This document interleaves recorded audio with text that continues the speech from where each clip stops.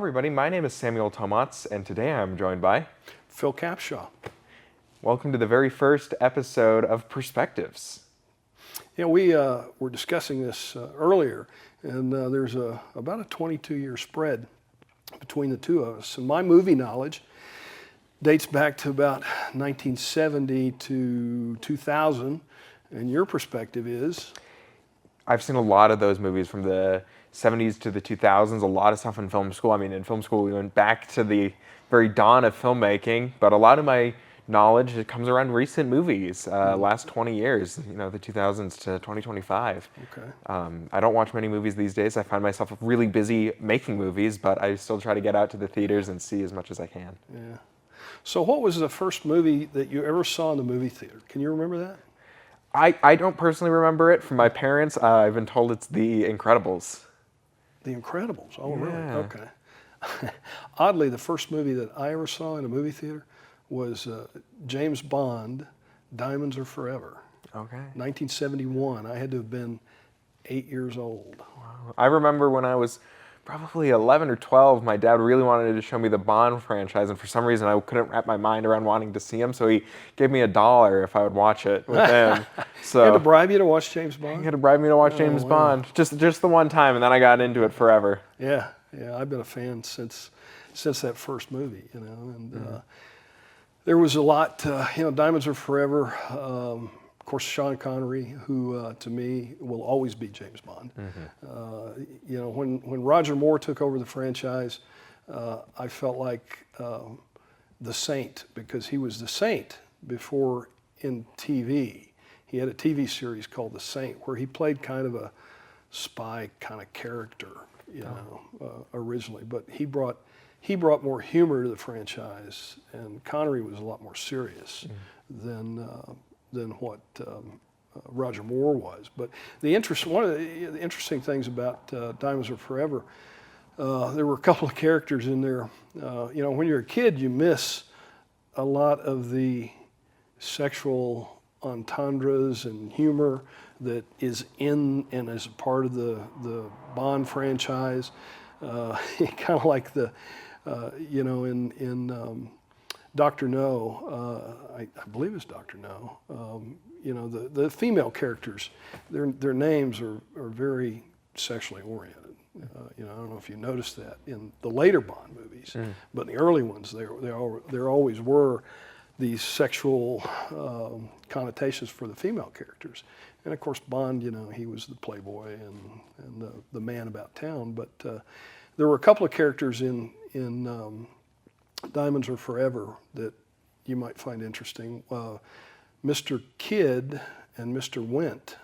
Mr. Went was actually played by an actor who recently passed away. Okay. His name was Bruce Glover. Now, you may know that name, you may not know that name, but I'm sure you've heard of Crispin Glover. Absolutely, I have. Okay.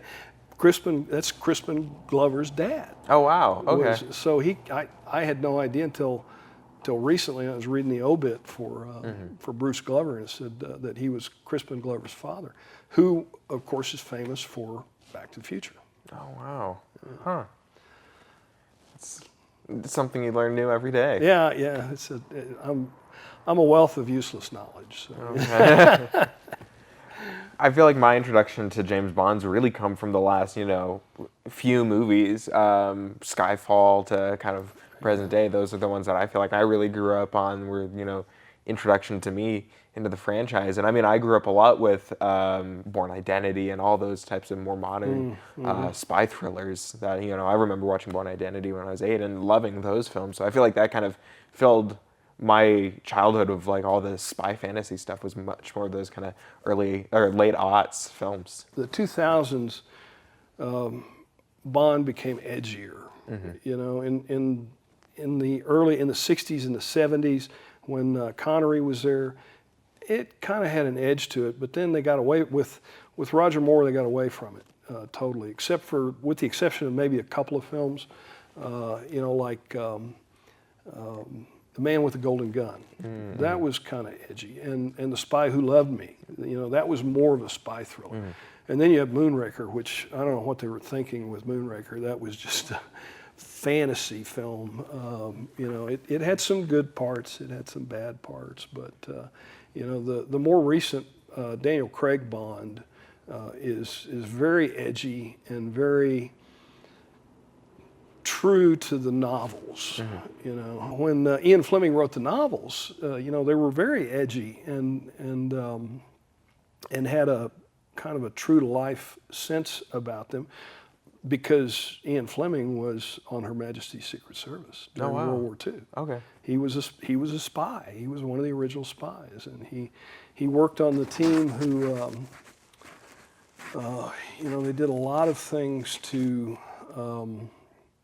divert Nazi attention from what was actually going on, and more or less created the whole spycraft back in World War II. Okay.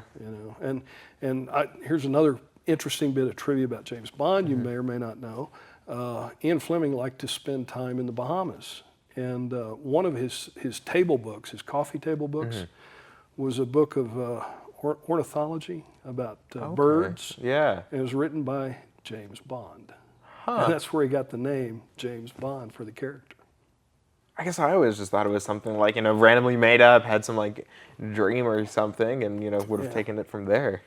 No, he brought a lot of his own life experiences to the whole book series, and that's what I always found interesting, because I did read the books. I was kind of a Bond nerd, because Dr. No and Diamonds Are Forever and On Her Majesty's Secret Service and all of these early Bond flicks got me interested in reading the books, and they're very different from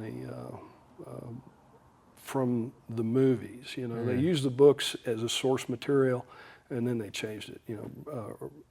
A lot of what you see in the Bond franchise, the music, the introduction, Bond, James Bond. That was the directors and the producer, Broccoli, Albert R. Broccoli, or Broccoli or Broccoli. You got your choice to say whatever you want. Yeah, don't sue me for getting it wrong, but it's either or. Yeah. I actually worked for a guy named Broccoli. Oh wow. And he always said he was related to the Broccolis, but it's that Italian stuff. Oh, interesting. But, how have you liked the more recent Bond films? They've, like I said, Daniel Craig added an edgy sense to it. Did you see the original Casino Royale? No, I did not. Oh, well, the interesting thing about Casino Royale is it got caught up in Hollywood lawfare, so to speak. In the original, or the source material for Casino Royale was purchased actually by a different producer other than Broccoli. Oh wow. So this guy had this script and for Casino Royale, and he was going to make a Bond movie out of it, and he had it. I can't remember the details of it, but he had the script for several years. Anyway, he finally made a Bond film out of it, and it was a comedy with Peter Sellers played in it, and it was a total farce, total comedy. It had Peter Sellers and I can't remember the other actor's name, but anyway, it got caught up in this whole ownership thing with lawfare, and it wasn't until Sony purchased Columbia Pictures, because I think Columbia owned the rights to Casino Royale, and then Sony bought Columbia, and so they were able to finally take that source material and use it in a real Bond franchise, that Broccoli had started. And so they made Casino Royale. I think it was an excellent film, with Daniel Craig. And who was the bad guy in it? Mars Madsen, is that his name? Oh, Mads Mikkelsen? Yeah. He made an excellent La Sharif. Was because he had little blood teardrop, Yeah. and the whole tell at the casino and all that. That was fantastic.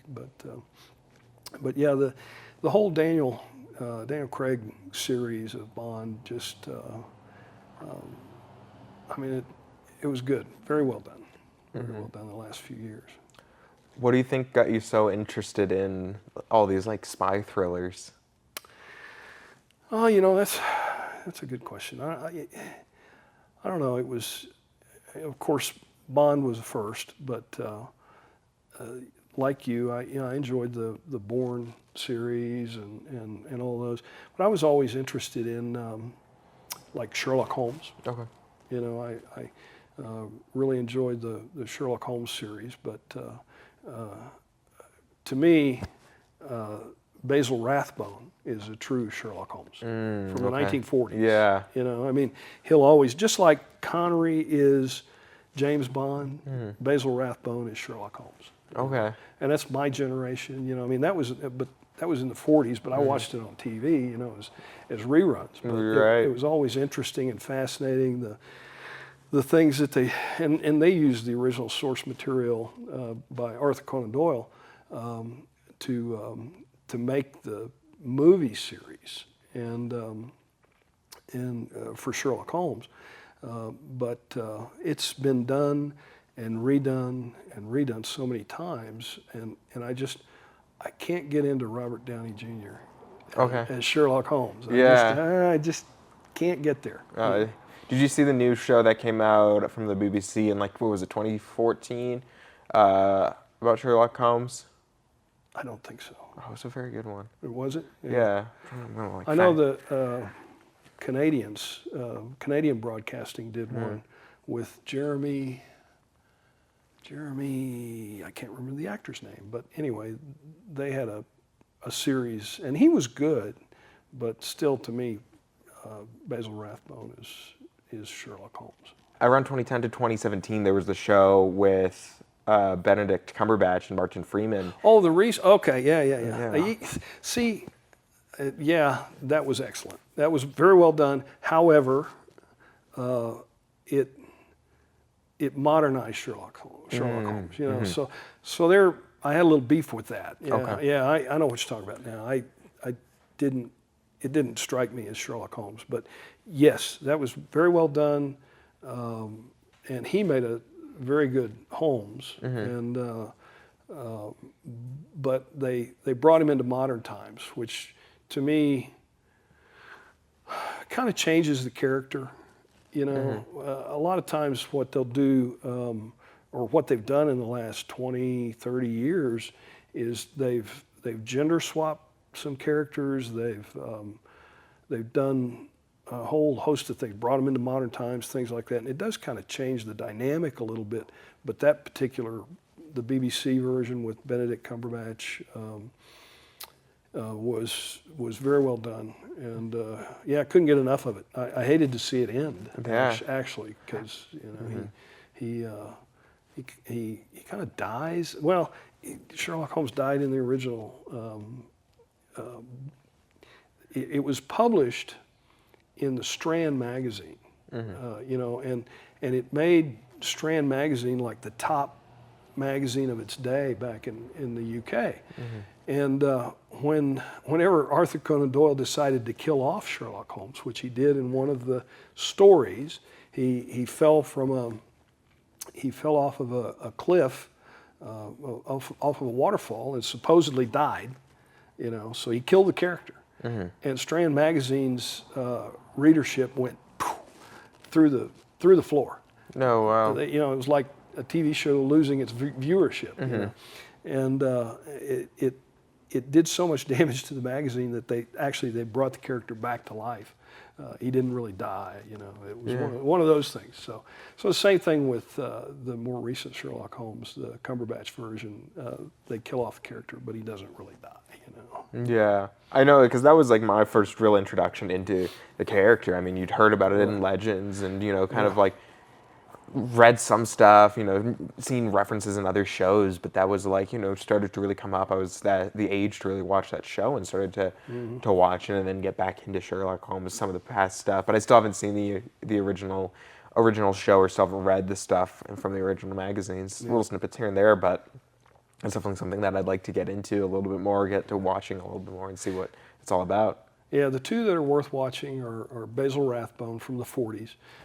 It was a very popular, actually, you might say it was an early franchise, because they didn't really, back in the 30s and 40s, they had serials, what they call serials, which were, they had Batman, they had the Phantom, they had Captain America, they had all of these different serials, and they were short films that they showed before movies.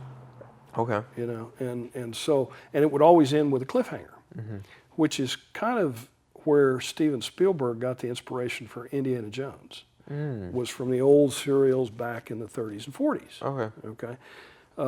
But Sherlock Holmes was actually a movie, a full-blown movie, and it was one of the early franchises because they'd come back every couple of years and they'd make another one, and so they used that character to kind of develop one of the early franchises for motion pictures. Interesting. Yeah. I feel like nowadays all you see is massive franchises. That's it. You can't get away from a sequel. Yeah. Everything, you expect something to be a singular movie, and all of a sudden you hear it's getting renewed for 4 more stuff and a couple spin-off shows on streamers, and all of a sudden you're like, wow. Yeah, they say Hollywood's lost some originality in that respect because they keep going back and Jurassic Park, Indiana Jones. I mean, you could name off, probably 20, 25 different franchises that have come from that, but some are popular, some die off. There were some that they filmed with the intention of making a series or a franchise out of that just didn't do well and they die off. Spawn, I think, was one of them. Yeah. If you ever saw that movie. I did not. Yeah, it was supposed to be a franchise and it just didn't take off. And, so it was one of those that really didn't materialize. And there are more misses than there are hits. I think what's interesting to me is that you will watch nowadays, like, you'll go to the theater and you'll see 5 to 10 spin-offs of things you just never even knew were going to get a spin-off or get a sequel, and you'll see things from 20, 30 years ago and you'll be like, oh, I didn't know that they're remaking that film now, and then it's just kind of funny to be like, wow, all of a sudden all this stuff is growing beyond my wildest imaginations. I have a very good friend who's procrastinating sequels, and he's like, unless it's intended to be a multi-part story, I'm not going to see it. No sequels, no remakes has been his rule for years, so he just won't see it. There's a couple franchises that he's like allowed himself to go to, but all the big stuff he's out. He won't watch the whole series. He just watches the first movie. Watch the first movie and then he's Really? out. It's the newer stuff, like all the new franchises, all the new Jurassic Parks and Star Wars and all that stuff. He's like, they're just cashing in on stuff. He's like, I want new stories, I want original stories. He's like, things like Dune, which are started out as like, a multi-part story, is like, that's okay. You're deciding to tell your stories over, a few installments. I'll watch that. But he's like, if you're just trying to milk your franchise for all it's worth, I'm not gonna keep watching it. I want something new. Yeah, Dune is a tough one. Frank Herbert wrote Dune, and the book, the original book is like this thick, and I had a hard time. I read the book long before they even made a movie about it, and it struck a chord, but some of that old material, when you read it, you think, how are they ever going to make that into a movie? Special effects have come so far, that it's allowed Hollywood to really create movies that you never would have thought would become a movie, because your imagination does so much more with the originality of a book or a story that you've read. You know, I grew up on Star Trek and the original series, you know, from the 60s. And the special effects were primitive by today's comparisons. You know, it was all practical models, you know, lighting effects, and a lot of the alien planets were, you know, a backdrop that was painted in a studio. And, you know, you go further back, and that's pretty much all they had was, as far as special effects go, they go back to Wizard of Oz. You know, the whole land of Oz, that was just a big giant painted backdrop in a studio, in a movie studio. You know, and they did a lot of creative things with that kind of stuff. Well, you know, going back to James Bond, in The Man with the Golden Gun, Christopher Lee played the man with the golden gun, Scaramanga, the bad guy, you know.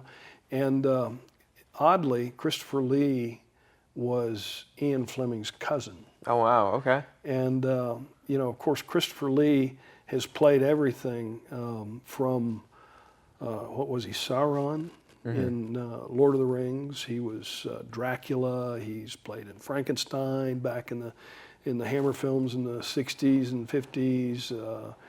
He had quite a variety career, and I think he died in his 90s. But I was reading an article not too long ago that when they were making Lord of the Rings, Christopher Lee was there with the film director, and they were going over a scene where a guy gets stabbed, and Christopher Lee described in detail what it's like to actually stab someone, because he was in the 40s during World War II. He was one of those spies on Her Majesty's Secret Service. He worked with his cousin Fleming, and so he actually knew what it was like to stab and kill someone, you know, which is kind of a rarity in motion pictures, you know, to get somebody that has that kind of detail. Yeah, I think that's quite interesting. I knew he was part of the Majesty's Secret Service, but I didn't know kind of all of the... He even made a death metal album. Really? Yeah, I've never heard it, but this article I was reading was I think it was may have been his obituary, but it was telling all of the stuff that he had done throughout his career, you know, and he made a death metal album, which is kind of odd, you know. I think it's so interesting because it's like my introduction to Christopher Lee was Star Wars when I was a kid. Oh, yeah. So it's kind of funny to see him in that, and then kind of as you get older, kind of start realizing like, wow, he has such a breadth of work and so much stuff that's so incredible and so much better than some of these films. So to kind of go back and re-look at some of his stuff was just like, wow, he's what was his character in Star Wars? I forgot. It was Count Dooku. Count Dooku, yeah, Count Dooku. I knew he was a big deal in the series. Yeah. Huh. So Hollywood produced quite a few able swordsmen back in the day. You know, Basil Rathbone is one. Oh, yeah. You know, he could fence. He could actually, you know, he could handle a sword quite well. And if you go back in his career further back, before he played Sherlock Holmes, he was in Robin Hood. And and he played the bad guy, you know, and there's a big scene where they're walking up this spiral staircase, and he and Robin are going at it with these swords, you know, which is pretty cool, you know. But, I mean, that's a talent that they don't really teach nowadays. Yeah, I know. I feel like sword fighting is kind of, there's so much different versions of sword fighting now in films that you either get some like incredible duels or get people just kind of throwing sticks at each other, and you're like, oh, that's not that impressive. Well, now you have lightsabers, but you have the broadsword and fencing swords, and I mean it's a talent worth having if you're an actor, I suppose. So if you're acting out there, take fencing. Yeah, I know. I always feel like you got to look back to the duels of the 30s and 40s and 50s, and you'll just see some incredible swordsman duels. Yeah. Well, Zorro. You know, Zorro was there was a lot of swordplay in that series, you know. And of course, my Zorro was Guy Williams. Okay. You know, from he was Disney's Zorro, and he was actually also Dr. Robinson on Lost in Space, in the original Lost in Space, the TV series. So yours is probably Antonio Banderas. I don't really have one, I feel like, but Oh, yeah, really? yeah. I mean, in the time that you've grown up, he would be the most recent, I think. Probably. I would assume so. Yeah. But yeah, that's another franchise character that kind of came out of Hollywood again, and they've repeated him over and over and over again throughout the years. Yeah, it's so interesting to see what's kind of happened over all the years. Yeah, they've hashed and rehashed a lot of material. Yeah. But there's always something new and interesting coming.